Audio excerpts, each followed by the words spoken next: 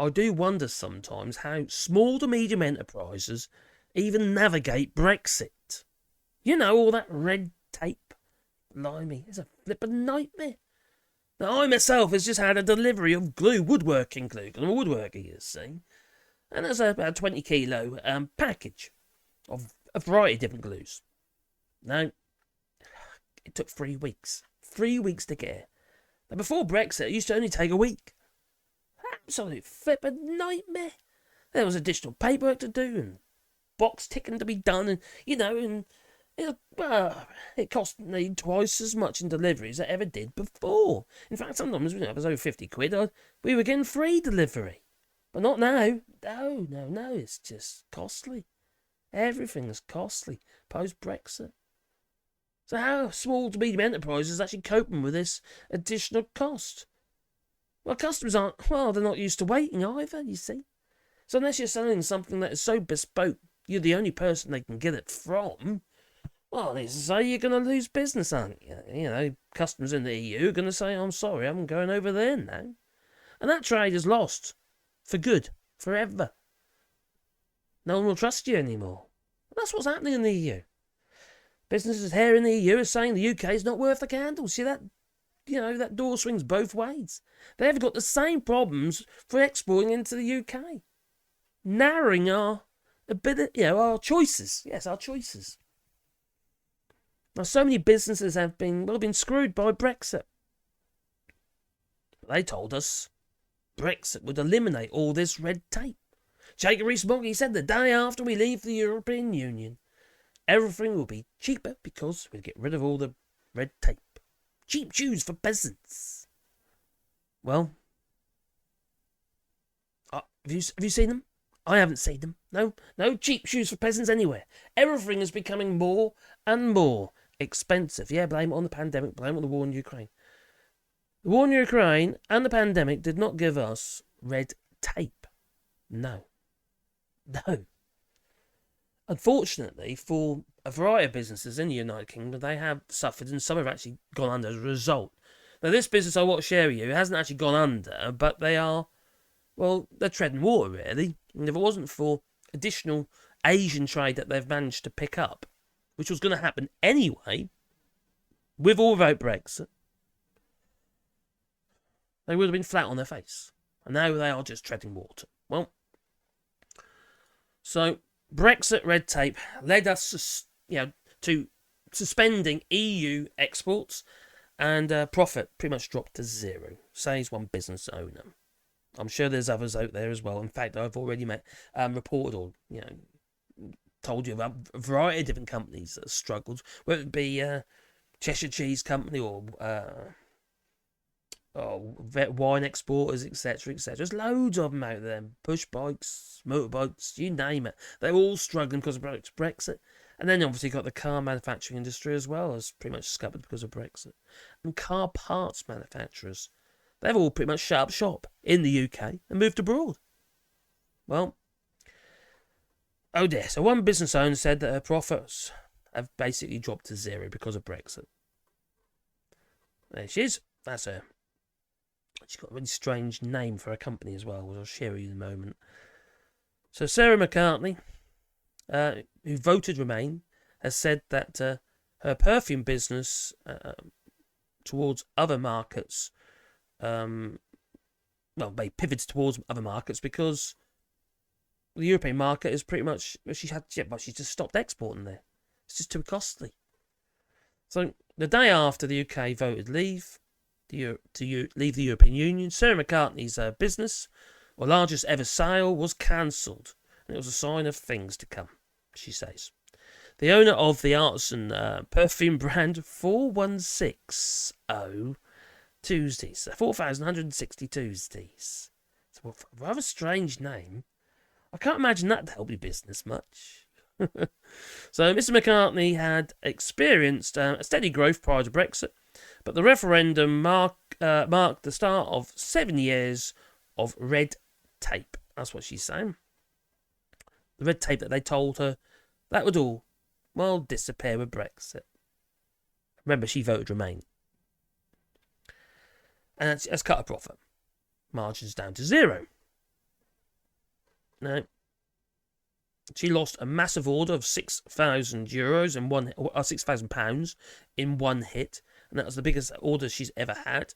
And that has been a recurring order because it was the likelihood once those goods have been sold at that particular outlet, well then they would have made another order and then another order. Maybe the next one would have been bigger. So we went from making 10% net margin a year to zero.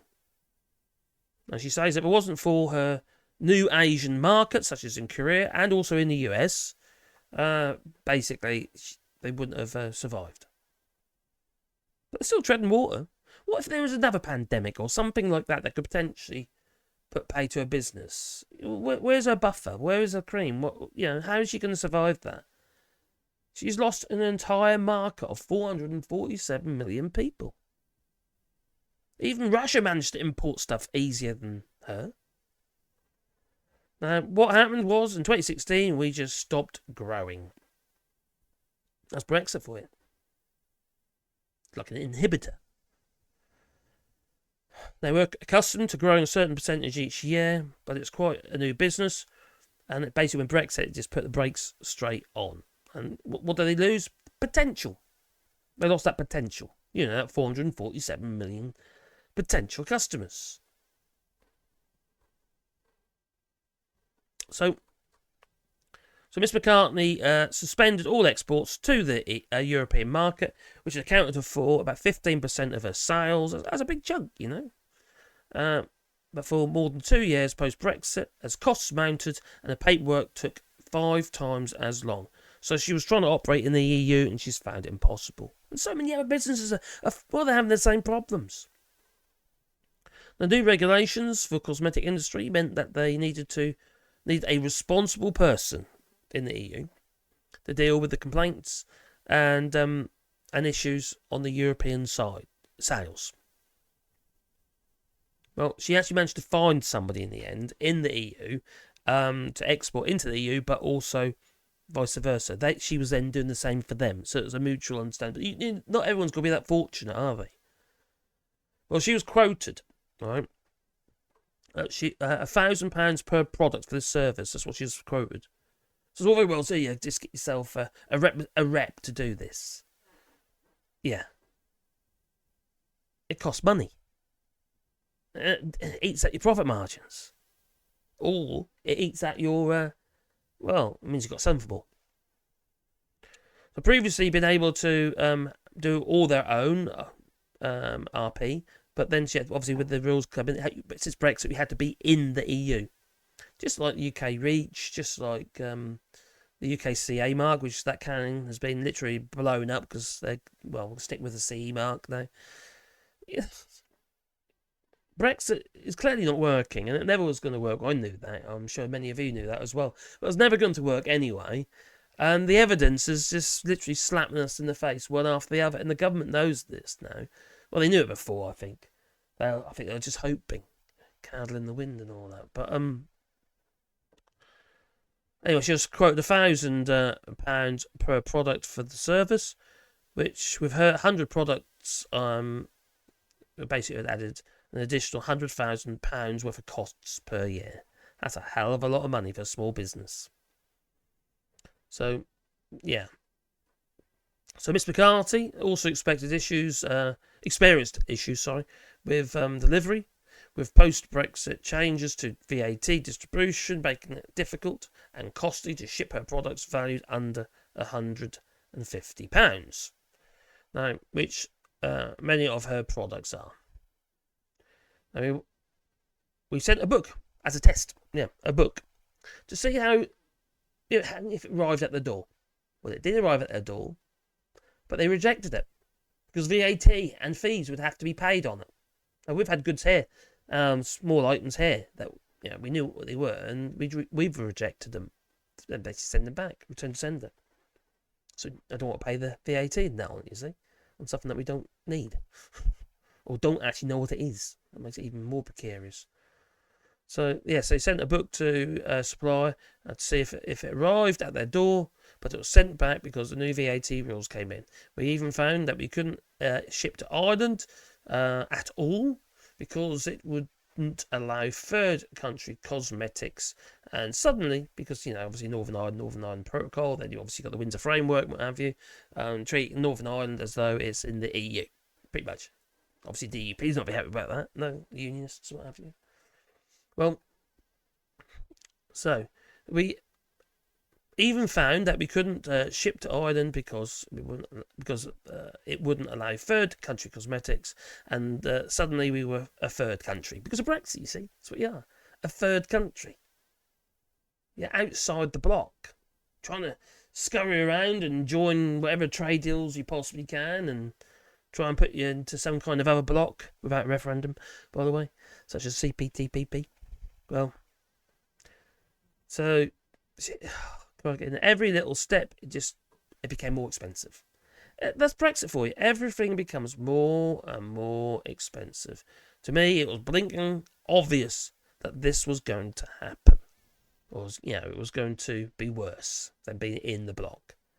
Well, I've said that before. I'm sure many of you have as well. And it's just an absolute flipping nightmare now to export goods outside of the United Kingdom, into the EU. It's an absolute nightmare. And yet, they all told us it would be easier. That's just an outright lie. Because they knew it wouldn't be. The evidence was already there. There are other third countries outside of the European Union. Why do we in the UK think we are so special? What? We have got some preferential treatment. The 180-day rule, for instance. Without having to jump through those hoops. What a mess. And obviously, so-called free trade, but it's not really free trade. It's a whole load of red tape to go along with it, isn't there? Become more bureaucratic. Anyway, you tell me. Please leave it in the comments down below. Do you wonder sometimes how small to medium enterprises in the UK are going to be able to export to the EU? Because I do. I do. Every day I read stories about this where people are struggling. It's quite sad, really. These are their livelihoods, and these people have got families, and they employ people who've also got families. Some of them might have actually voted for Brexit. Well, then I might not be quite sympathetic. No, sorry, but many have not, or did not. Put their cross in the wrong box. Oh, it's just madness. Absolutely madness. It really is. Anyway, you tell me. Please leave it in the comments down below. If you want to support the channel, you can do that on Patreon or buy us a coffee. And the links are down below. That they are. There's also Super Chat there. Super Chats or Super Thanks. Super Thanks. And, memberships as well. Membership. Anyway, time for me to go. So say ta-ta, So ta-ta. And have a lovely day.